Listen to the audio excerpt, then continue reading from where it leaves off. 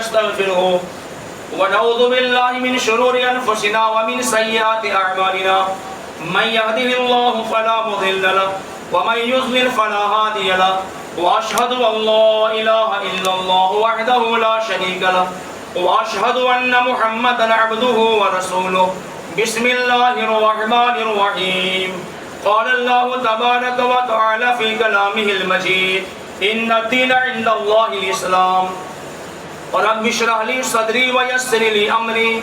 واحلل عقدة من لساني يفقهوا قولي سبحانك لا علم لنا إلا ما علمتنا إنك أنت العليم الحكيم ورب زدني علما. محترم حاضرین، نوجوان ساتھیوں اور بزرگان دین اسلام، بلا شبہ ساری قسم کی تعریفیں، حمد و ثنا، بڑائی اور عظمتیں اس اللہ تعالیٰ کے واسطے لائق اور مناسب ہے جس نے ہم سارے انسانوں کو پیدا فرمایا. بلا شبہ وہی اللہ وحدہ لا شریک لہ ہم سارے انسانوں کا خالق، مالک اور رازق ہے، اور وہی اللہ وحدہ لا شریک لہ ہم سارے انسانوں کی ساری مشکلیں آسان فرماتا ہے. اللہ وحدہ لا شریک لہ کی حمد و ثنا کے بعد بے شمار درود و سلام نازل ہو اللہ کے آخری نبی جناب محمد کریم صلی اللہ علیہ وسلم کی ذات گرامی پر، کہ جن کی ذات گرامی کو اللہ تعالیٰ نے ہم سبوں کے واسطے بہترین نمونہ بنا دیا. محترم حاضرین، حمد و صلات کے بعد قرآن کریم سورہ آل عمران کے حوالے سے ایک آیت کریمہ آپ کے سامنے پڑھی گئی ہے. اس آیت میں اللہ تعالیٰ نے فرمایا ان الدین عند اللہ الاسلام، کہ بلا شبہ دین اللہ کی نگاہ میں دین اسلام ہے، یعنی دین اسلام کے علاوہ کوئی اور دین اللہ تعالیٰ کی نگاہ میں معتبر اور قابل اعتبار نہیں ہے. قرآن کریم سورہ آل عمران ہی میں ایک اور مقام پہ آگے اللہ تعالیٰ نے فرمایا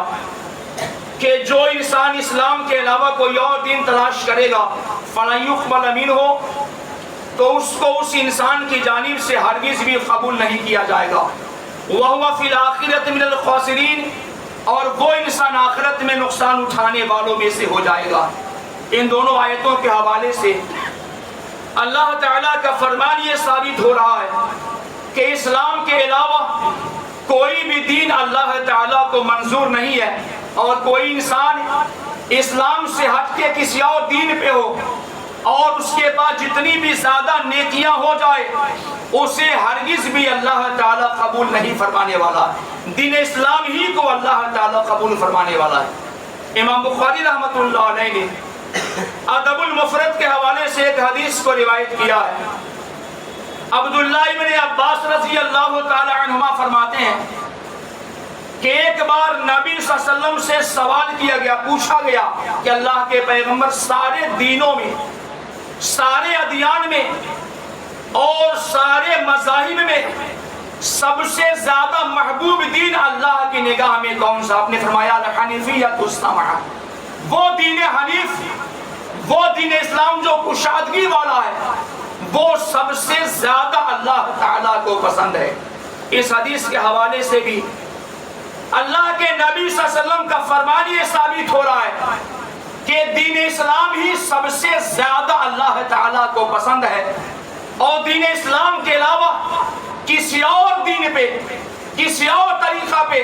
کسی اور راستے پہ کوئی بندہ چلنے کی کوشش کرے اور جتنی بھی نیکیاں وہ جمع کر لے، انہیں ہرگز بھی اللہ تعالیٰ قبول نہیں فرمانے والا ہے. امام مسلم رحمۃ اللہ علیہ نے صحیح مسلم شریف کے حوالے سے ایک اور حدیث کو روایت کیا ہے، جس حدیث میں نبی صلی اللہ علیہ وسلم نے فرمایا کہ بے شک اللہ تعالیٰ مومنوں کی نیکیوں کے حساب سے ان پہ ظلم نہیں کرنے والا ہے. یعنی جو مومن اور جو مسلمان نیکی والے کام کریں گے انہیں ہرگز بھی اللہ تعالیٰ ضائع اور برباد نہیں کرنے والا ہے. آگے نبی صلی اللہ علیہ وسلم نے فرمایا کہ مومنوں کو اللہ تعالیٰ ان کی نیکیوں کے حساب سے دنیا میں بدلہ عطا فرماتا ہے اور آخرت میں بھی اللہ تعالیٰ بدلہ عطا فرمانے والا ہے۔ اور جہاں تک کافروں کی بات ہے تو وہ جو بھی اچھے بھلے کام کریں گے، انسانیت والے کام کریں گے، انسانوں کی خدمت کریں گے، جو بھی نیک کام اللہ کے واسطے کریں گے، جو اسلام پہ نہیں ہوتے ہیں، جو کفر پہ ہوتے ہیں، جو شرک پہ ہوتے ہیں، اللہ تعالیٰ ان کے بدلے میں کھلا پلا دینے والا ہے۔ انہیں آخرت میں اللہ تعالیٰ کوئی بدلہ عطا نہیں فرمانے والا ہے۔ اس حدیث کے حوالے سے بھی یہ بات ثابت ہو رہی ہے کہ چاہے انسان جتنی بھی زیادہ نیکیاں کر لے، اسلام پہ نہیں چلتا ہے، اسلام سے دور ہو چکا ہے، ایمان سے دور ہے، اس کے حسنات کو اللہ تعالیٰ ہرگز بھی قبول نہیں فرمانے والا ہے۔ ان نصوص کے حوالے سے اسلام کی عظمت ثابت ہو رہی ہے کہ اسلام پہ رہ کر کے اگر کوئی بندہ نیکی والا کام کرے گا اس کو ہی اللہ تعالیٰ صرف قبول کرنے والا ہے۔ امام احمد بن حنبل رحمۃ اللہ علیہ نے اپنی مسند میں ایک حدیث کو روایت کیا ہے۔ عبداللہ بن عمر بیان فرماتے ہیں رضی اللہ تعالیٰ عنہما کہ عمر عاص بن وائل انہوں نے زمانے جاہلیت میں نظر مانی تھی این ہر میات بدنا، یہ اسلام میں داخل نہیں ہوئے تھے عاص بن وائل، انہوں نے اسلام سے پہلے کے دور میں، جاہلیت کے دور میں انہوں نے نظر مانی تھی کہ میں 100 اونٹ کی قربانی اللہ کے لیے پیش کروں گا۔ ان کے لڑکے ہشام نے 50 اونٹ قربان کیے اور حضرت عمر اللہ کے نبی صلی اللہ علیہ وسلم کی خدمت میں حاضر ہوتے، اللہ کے پیغمبر میرے والد جو تھے وہ اسلام میں داخل تو نہ ہو پائے تھے لیکن نظر مانی تھی انہوں نے کہ 100 اونٹ کی قربانی پیش کروں گا۔ میرے بھائی نے 50 اونٹ کی قربانی پیش کی ہے اور 50 کی ذمہ داری میرے ذمہ ہے، تو کیا میں قربانی پیش کروں؟ یاد رہے یہ صحابی اپنے مرے ہوئے مشرک باپ کی جانب سے 50 اونٹ کی قربانی پیش کرنا چاہ رہے تھے اور نبی صلی اللہ علیہ وسلم سے مسئلہ پوچھنے آئے، آپ نے انہیں منع فرما دیا کہ تم قربانی پیش نہ کرو اپنے باپ کی جانب سے، اور آپ نے فرمایا اما ابو کا فلو کھانا قرب توحید فرسمتا وتصدقت عنہ نفع ذلك، آپ نے فرمایا کہ عمر اگر تمہارے والد اسلام میں داخل ہو گئے ہوتے، اگر توحید میں داخل ہو گئے ہوتے، اگر موحد ہو گئے ہوتے، ایک رب کو مان لیے ہوتے، مجھ پر ایمان لاتے، تم نیکیاں کرتے، صدقہ بھی کرتے، ان کی جانب سے روزہ بھی رکھتے، یہ ساری چیزیں تمہارے والد کو فائدہ پہنچاتی، لیکن وہ اسلام میں داخل نہ ہوئے تھے۔ 100 اونٹ کی قربانی کرنے کے بعد بھی اللہ تعالیٰ ان کو معاف نہیں کرنے والا ہے۔ اس حدیث کے حوالے سے غور کریں کہ نیکیاں وہی مقبول ہونے والی ہیں، اعمال وہی قبول ہونے والے ہیں جب انسان توحید پہ ہوگا، انسان اسلام پہ ہوگا، انسان ایمان پہ ہوگا اور کفر سے شرک سے بچے گا، تبھی اللہ تعالیٰ کسی بھی عمل کو بندے کے تعلق سے قبول کرنے والا ہے۔ امام ابو یعلا رحمۃ اللہ علیہ نے اپنی مسند میں ایک اور حدیث کو روایت کیا ہے جس حدیث میں نبی صلی اللہ علیہ وسلم کا فرمان ہے کہ بغیر اسلام کے، بغیر ایمان کے جتنی زیادہ نیکیاں بندہ کر لے، آخرت میں کوئی بدلہ اللہ تعالیٰ اس کو نہیں دینے والا ہے۔ ام سلمہ رضی اللہ تعالی عنہ بیان فرماتی ہیں کہ میں نے نبی صلی اللہ علیہ وسلم سے سوال کیا، میں نے مسئلہ پوچھا، اللہ کے پیغمبر ہشام ابن مغیرہ کان یصل الرحمہ، وہ رشتے ناطے جوڑنے والا آدمی تھا، وہ مہمان نواز تھا، وَيَفُكُّ الْعُرَاةَ، لوگوں کے بوجھ اٹھانا، لوگوں کے دکھ میں کام آنا، لوگوں کے مشکل میں کام آنا، وَيُطْعِمُ الطَّعَامَ، اور لوگوں کو بہت ہی زیادہ کھانا کھلانے کا بھی اہتمام کرتا تھا۔ اور ساتھ میں یہ بھی کہتی ہیں ام سلمہ رضی اللہ تعالی عنہ لو ادرکا اسلم، اگر وہ اسلام کے دور کو پا لیا ہوتا، ہشام بن مغیرہ اسلام کے زمانے میں ہوتا تو ضرور اسلام میں داخل ہو جاتا۔ اللہ کے پیغمبر اس نے بہت ساری نیکیاں کی تھی، وہ رشتے جوڑنے والا، لوگوں کے دکھوں میں کام آنے والا، مہمان نواز تھا، کھانا کھلانے والا، لوگوں کے بوجھ اٹھانے والا۔ کیا یہ ساری نیکیاں اس انسان کو فائدہ پہنچائیں گی؟ اللہ کے پیغمبر نے کہا اسے کوئی فائدہ آخرت میں نہیں ہونے والا۔ اور آگے نبی صلی اللہ علیہ وسلم نے فرمایا إِنَّهُ كَانَ يُعْطِي لِلدُّنْيَا وَذِكْرِهَا وَحَمْدِهَا وَلَمْ يَقُلْ يَوْمًا قَطْ رَبِّ اغْفِرْ لِي يَوْمَ الدِّينِ۔ فرمایا ام سلمہ اس نے تو دنیا کے لیے سارے کام کیے تھے تاکہ شہرت حاصل ہو جائے، اس کا نام لیا جائے، اس کو پبلسٹی ملے۔ اس نے اللہ کے واسطے ایسا کوئی کام نہیں کیا تھا۔ اور آگے نبی صلی اللہ علیہ وسلم کہتے ہیں اس نے کبھی یہ بھی اللہ سے استغفار نہ کیا، اس نے اللہ سے یہ بھی نہیں کہا اللہ جب قیامت کا دن ہوگا تو ہمارے گناہوں کو معاف فرما دینا، ہم پہ رحم کر دینا، ہمیں بخش دینا، عذاب سے بچا لینا۔ اس نے کبھی بھی اللہ تعالیٰ سے ایسی دعا نہ کی تھی۔ تو یہ حدیث بتلا رہی ہے کہ جو رشتے ناطے جوڑنے میں سب سے آگے ہوتے تھے، مہمان نواز ہوتے تھے، لوگوں کے دکھوں میں کام آتے تھے، لوگوں کے بوجھ اٹھاتے تھے، مہمان نوازی میں ہوتے تھے، کھانا کھلاتے تھے، یہ ساری نیکیاں تھیں، اسلام نہیں تھا۔ تو نبی صلی اللہ علیہ وسلم نے کہا یہ بے شمار نیکیاں بھی انہیں اللہ تعالیٰ کے عذاب سے نہیں بچانے والی۔ اس حدیث کے حوالے سے بھی یہ بات ثابت ہو رہی ہے کہ اعمال تبھی قبول کیے جائیں گے اللہ کی جانب سے جب انسان اسلام پہ ہوگا، توحید پہ ہوگا اور شرک یا کفر سے ہمیشہ بچنے کی کوشش کرے گا۔ امام بخاری رحمۃ اللہ علیہ نے صحیح بخاری شریف میں ایک اور حدیث کو روایت کیا اور صحیح مسلم میں بھی ہے، کئی جگہوں پہ صحیح بخاری صحیح مسلم حدیث۔ حکیم ابن حزام رضی اللہ تعالیٰ عنہ یہ صحابی کہتے ہیں جب اسلام میں داخل ہوتے ہیں، بہت بعد میں اسلام میں داخل ہوئے تھے، یہ نبی صلی اللہ علیہ وسلم کی خدمت میں حاضر ہوتے، اللہ کے پیغمبر آرائیت اشیاء کنت اتحنث بها فی الجاہلیت من صدقۃ او عطاقۃ وصلۃ رحم فهل فیها من اجر۔ اللہ کے پیغمبر کیا مجھے اللہ تعالیٰ نیکی عطا فرمائے گا، مجھے بدلہ اللہ دے گا؟ میں اسلام قبول کرنے سے پہلے میں نے بہت ساری نیکیوں کو انجام دیا ہے۔ اور صحابی نے خود کہا کہ اسلام میں داخل ہونے سے پہلے، مسلمان ہونے سے پہلے میں مہنوازی بھی کرتا تھا، مہمان نواز بھی تھا، رشتے جوڑتا بھی تھا، صدقہ و خیرات بھی کرتا تھا اور غلام بھی آزاد کرتا تھا۔ اور صحیح بخاری شریف کی بعض روایتوں میں آتق فی الجاہلیت مئۃ رقبہ وحمل علی مئۃ بعیر۔ یہ صحابی اسلام قبول کرنے سے پہلے انہوں نے 100 غلام کو آزاد کیا۔ 100 غلام چھوٹی موٹی بات نہیں ہوتی ہے۔ اسلام قبول کرنے سے پہلے انہوں نے 100 غلام آزاد کیے اور 100 اونٹ بھی اللہ کے راستے میں غریبوں کو، انسانوں کو عطا فرمایا تھا۔ راوی کہتے فلما اسلما، جب یہ اسلام میں داخل ہوتے آتق مئۃ رقبہ، اسلام میں داخل ہونے کے بعد بھی انہوں نے 100 غلام آزاد کیے، 100 اونٹ بھی اللہ کے راستے میں دیے، 1000 بکریاں بیت اللہ شریف میں لوگوں کو دے دیے اور غلاموں کی گردن میں ایک تختی بھی لٹکا دی کہ تمہیں آزاد میں کر رہا ہوں تاکہ مجھے اللہ تعالیٰ عذاب جہنم سے آزاد کر دے۔ تو یہ ساری نیکیاں کرنے والے اسلام سے پہلے بھی انہوں نے بے شمار نیکیوں کو انجام دیا تھا۔ تو صحیحین کی حدیث میں ہے کہ نبی صلی اللہ علیہ وسلم کی خدمت میں حاضر ہوتے اللہ کے پیغمبر میں نے جاہلیت کے دور میں بہت ساری نیکیوں کو انجام دیا تھا،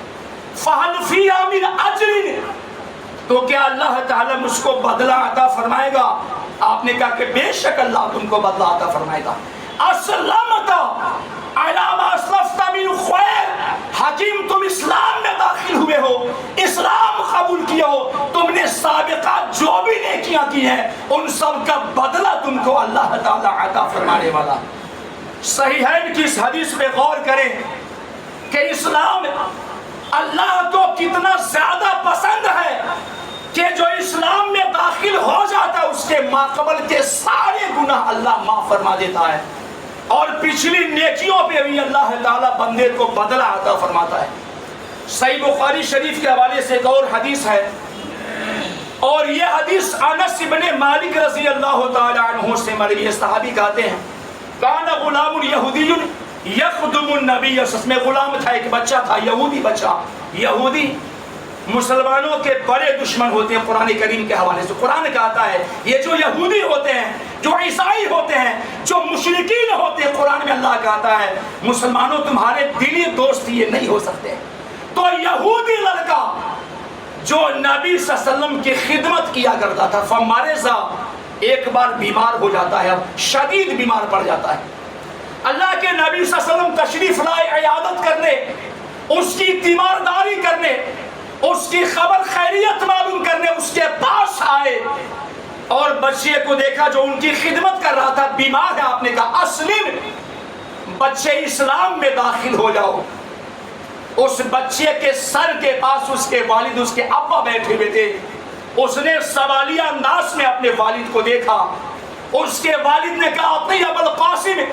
ابو القاسم یعنی نبی صلی اللہ علیہ وسلم کی بات مان جاؤ۔ اس بچے کے باپ نے اجازت دے دی، وہ اسلام میں داخل ہو جاتا ہے۔ اس پس منظر کو آپ یاد رکھیں، بچہ شدید بیمار ہے، نبی کی خدمت کرنے والا، نبی ملنے گئے، اور بیمار ہونے کے بعد آپ نے یہ نہیں کہا کہ اللہ تم کو شفا دے، صحیح کرے، بلکہ اسلام کی آپ نے دعوت پیش کر دی۔ اور جب وہ بچہ اسلام میں داخل ہو جاتا ہے، جب مسلمان ہو جاتا فخرج، تو نبی صلی اللہ علیہ وسلم وہاں سے نکل جاتے ہیں۔ راوی حدیث کہتے وہ یقول، اور نبی صلی اللہ علیہ وسلم کہہ رہے تھے الحمدللہ الذی انقذہ من النار، اللہ ساری تعریفیں تیرے واسطے ہے کہ تو نے اس بچے کو عذاب جہنم سے بچا لیا۔ نبی کی خدمت کرنا یہ دنیا میں سب سے بڑی خوش نصیبی میں سے خوش نصیبی ہوتی ہے۔ نبی کی خدمت کرنا، نبی کے ساتھ رہنا، نبی کی معیت میں ہونا، لیکن اسلام نہیں ہوتا ہے اسے بھی اللہ تعالیٰ عذاب جہنم میں ڈالنے والا۔ اور حیرت والی بات ہے، صحیح مسلم شریف میں حدیث ہے، اور یہ حدیث بھی انس بن مالک ہی سے مروی ہے رضی اللہ عنہ۔ ایک آدمی آیا، آنے والے صحابی، ان کے والد شرک پہ مر گئے تھے۔ صحابی نے پوچھا آئی نا ابھی اللہ کے پیغمبر میرے باپ کہاں گئے؟ ان کے باپ شرک پہ مر گئے تھے، اور یہ آنے والے صحابی تھے۔ اللہ کے پیغمبر نے کہا کہ تمہارے باپ جہنم میں گئے، وہ شرک پہ مرے تھے۔ یہ واپس جا رہے تھے مایوس ہو کر کے۔ کوئی بھی انسان چاہے جیسا بھی ہو، اگر یقینی خبر سن لیتا ہے کہ اس کے باپ یا ماں یا گھر والے جہنم میں گئے، یقیناً ہر بندہ حد سے زیادہ اداس ہو جائے گا۔ یہ غمگین ہو کے وہاں سے واپس جا رہے تھے۔ نبی صلی اللہ علیہ وسلم نے آواز دی، بلایا، اور نبی نے بلانے کے بعد فرمایا ان ابی و اباک فی النار، میرے ساتھی سنو، بے شک تمہارے باپ اور میرے باپ یہ دونوں کے دونوں جہنم کی آگ میں داخل ہوئے۔ آپ سوچئے کہ اس کائنات میں نبی صلی اللہ علیہ وسلم سے بڑی کوئی شخصیت نہیں ہے۔ اللہ کے بعد میں سارے نبیوں میں سب سے اونچا مقام اللہ نے نبی صلی اللہ علیہ وسلم کو عطا فرمایا ہے۔ آپ نے فرمایا ان ابی و اباک فی النار، کہ بے شک میرا باپ تیرا اور یہ دونوں کے دونوں جہنم میں گئے۔ اس سے اندازہ ہوتا ہے کہ بغیر اسلام کے اور بغیر ایمان کے کوئی بھی شخص اللہ کیا بخشا نہیں جانے والا ہے۔ اور صحیح مسلم کی حدیث میں ہے جس میں نبی صلی اللہ علیہ وسلم فرماتے ہیں کہ اللہ نے جنت کو کافروں پہ یا مشرکین پہ ہمیشہ کے واسطے حرام بنا دیا ہے۔ کوئی کافر، کوئی مشرک ایمان سے خالی ہوتا ہے، ایمان سے دور ہوتا ہے، ایسے کسی بندے کو اللہ تعالیٰ جنت میں داخل نہیں کرنے والا ہے۔ صحیح مسلم شریف کے حوالے سے حدیث ہے، حضرت عباس رضی اللہ عنہ نبی صلی اللہ علیہ وسلم کے پاس اللہ کے پیغمبر ابو طالب کے بارے میں کیا سوچتے ہیں آپ کے چچا تھے، انہو کان یہودک و یغضب لک، آپ کا ہمیشہ بچاؤ کرتے رہتے تھے، آپ کا دفاع کرتے تھے، آپ کے لیے قوم سے جھگڑا بول لیتے تھے کہ میرے بھتیجے کو تکلیف نہیں ہونی چاہیے۔ اللہ کے پیغمبر آپ نے چچا کو فائدہ پہنچایا، اور چچا کی بات یہ تھی کہ نبی صلی اللہ علیہ وسلم چاہتے تھے ابو طالب اسلام میں آ جائیں، انہوں نے بہت کوشش کی، لیکن مشرکین سرہانے بیٹھے تھے اور کہے جا رہے تھے اترغب عن ملت عبد المطلب، ابو طالب اپنے باپ کے دین کو چھوڑ دو گے، عبد المطلب کا طریقہ چھوڑ دو گے، دنیا ہنسے گی۔ اور صحیح بخاری میں حدیث ہے، ابو طالب نے جو آخری بات زبان سے کہی وہ یہ ہے، اموت علی ملت عبد المطلب، میں اپنے باپ عبد المطلب کے دین پہ مرتا ہوں، یعنی محمد صلی اللہ علیہ وسلم کے دین کو قبول کرنے سے انکار کر دیا۔ نبی صلی اللہ علیہ وسلم سے پوچھا گیا، ابو طالب تو ہمیشہ آپ کا ڈیفینس کر رہے تھے، آپ کا بچاؤ کر رہے تھے، آپ کے لیے قوم سے دشمنی موڑ دیتے تھے، حل ذالک نافع ہو کہ آپ کی ذات سے انہیں کچھ فائدہ بھی ہوگا؟ آپ نے فرمایا کہ یقیناً ہوگا۔ ہوا فی زحزاہ من نار، چچا وہ میرے چچا تھے اور وہ جہنم کے سب سے ہلکا عذاب ان کو اللہ دینے والا۔ ولولا انا، اگر میں نہ ہوتا، نبی صلی اللہ علیہ وسلم نے فرمایا اگر میں نہ ہوتا، لکان فی الدرک الاسفل من النار، تو جہنم کے سب سے نچلے طبقے میں اللہ ان کو داخل فرماتا۔ یہ حدیث بتلا رہی ہے کہ جو اہل بیت میں سے تھے، نبی صلی اللہ علیہ وسلم کے خاندان والوں میں سے تھے، نبی کے سگے چچا تھے، نبی کا نسل سے اعتبار تھا، ان کے خون والوں میں سے تھے،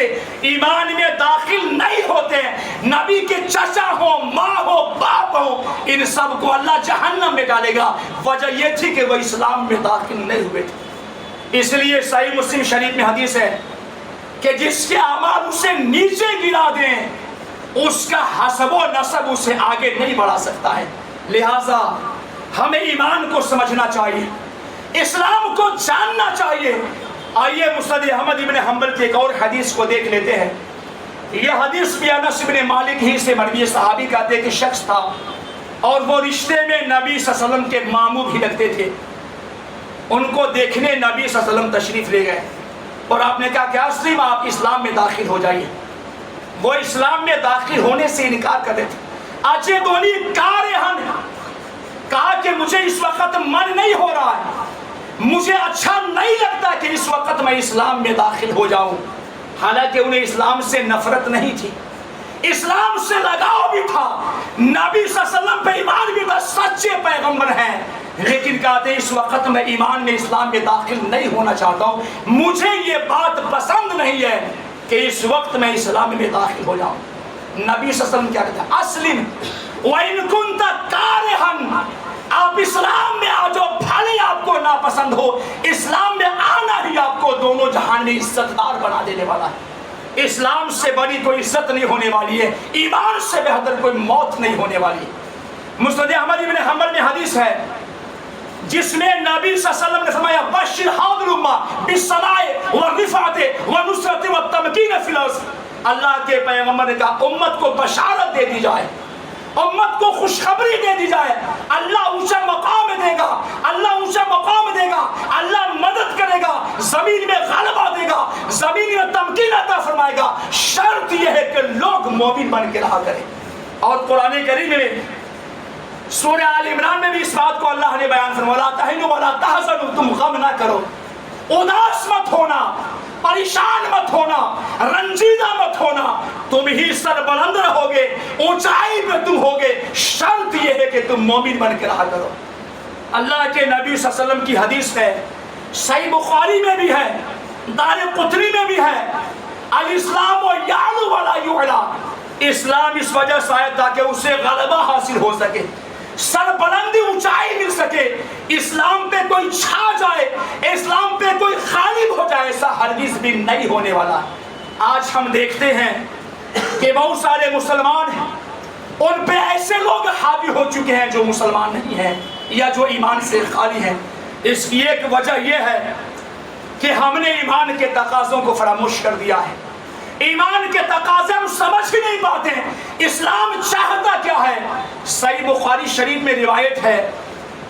وہب بن منبہ کے پاس کچھ لوگ آئے، تابعی تھے، بڑے تابعی تھے یہ، اور کچھ لوگوں نے کہا کہ ہم نے سنا کلمہ توحید پڑھ لینا جنت میں داخل ہونے کے واسطے کافی ہے، یہ کلمہ توحید جنت کی چابی ہے۔ تو تابعی کہتی ہے یقیناً یہ جنت کی چابی ہے،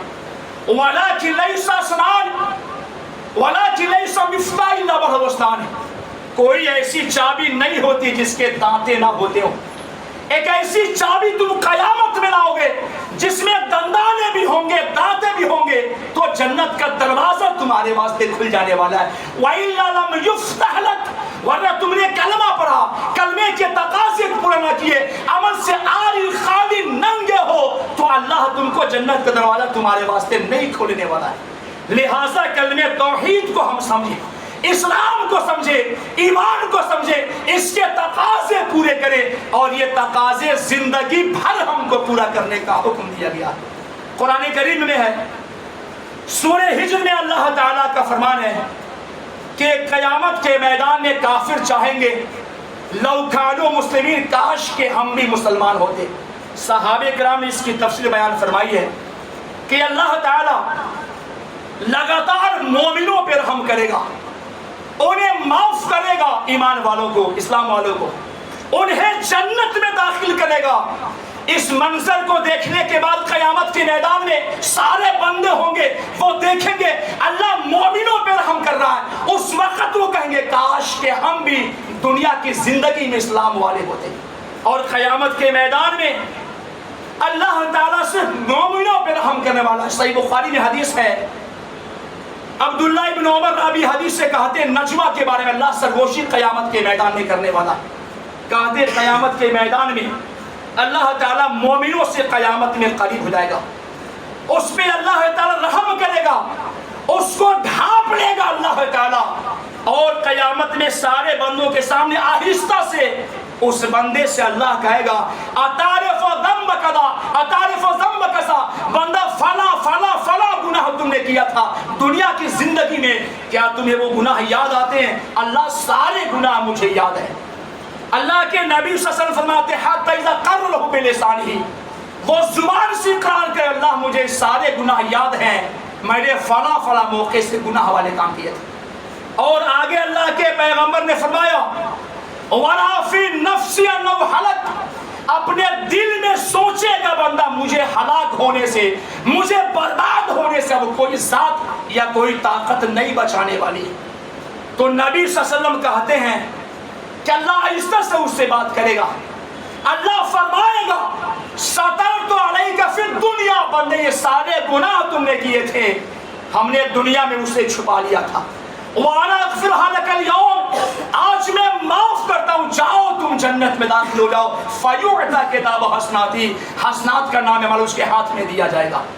آگے نبی صلی اللہ علیہ وسلم کہتے ہیں جہاں تک کافر اور منافقین کی بات ہے تو اللہ نے اس کے بارے میں کہا یہ وہی لوگ ہیں جنہوں نے اللہ کی آیتوں کی تکذیب کی، الا لعنت اللہ علی الظالمین، تو لعنت ہو اللہ کے ظالم بندوں کے اوپر۔ تو قرآن کریم میں بھی ہے اور حدیث میں بھی ہے جو ایمان والے ہیں انہیں قیامت میں اللہ تعالیٰ معاف کرنے والا ہے، ان پہ رحم کرنے والا ہے، انہیں بخشنے والا ہے۔ لیکن جو ایمان سے خالی ہوں گے، ایک اور بات سمجھنے والی ہے، دنیا میں بہت سارے مسلمان یہ سمجھتے ہیں کہ ہم تو اسلام پہ ایمان پہ ہیں۔ صحیح مسلم شریف کے حوالے سے حدیث ہے کہ آدمی زبان سے کچھ ایسی بات بول جاتا ہے لا جرح بها باسا، وہ سمجھتا ہے کہ معمولی سی بات ہے، چھوٹی سی بات ہے، اللہ کی نگاہ میں سنگین جرم ہوتا ہے وہ۔ اس ایک جملے کی بنیاد پہ یہوی بها 70 خریفا فی النار، وہ بندہ 70 گز یا 70 ہاتھ جہنم میں داخل ہو جاتا ہے۔ آپ سوچئے اللہ چاہتا ہے کہ ہم اسلام میں داخل ہو جائیں، ہم مومن ہو جائیں، اپنی زبان پہ، ہاتھ پہ، پیر پہ، نگاہ پہ، ہر چیز پہ ہمیں مکمل کنٹرول کرنے کا اللہ تعالیٰ نے حکم دیا ہے، اور یہی ایک بہترین مسلمان کی پہچان ہوتی ہے۔ لہٰذا ہمیں چاہیے کہ ہم اسلام میں صحیح طریقے سے داخل ہو جائیں اور زندگی بھر ہم کو ایمان کے تقاضوں کو پورا کرنے کا حکم دیا گیا ہے۔ اللہ سبحانہ و تعالیٰ سے دعا ہے الہ العالمین ہم سب کو خالص کتاب و سنت کے مطابق عمل کرنے کی توفیق عطا فرمائے، آمین۔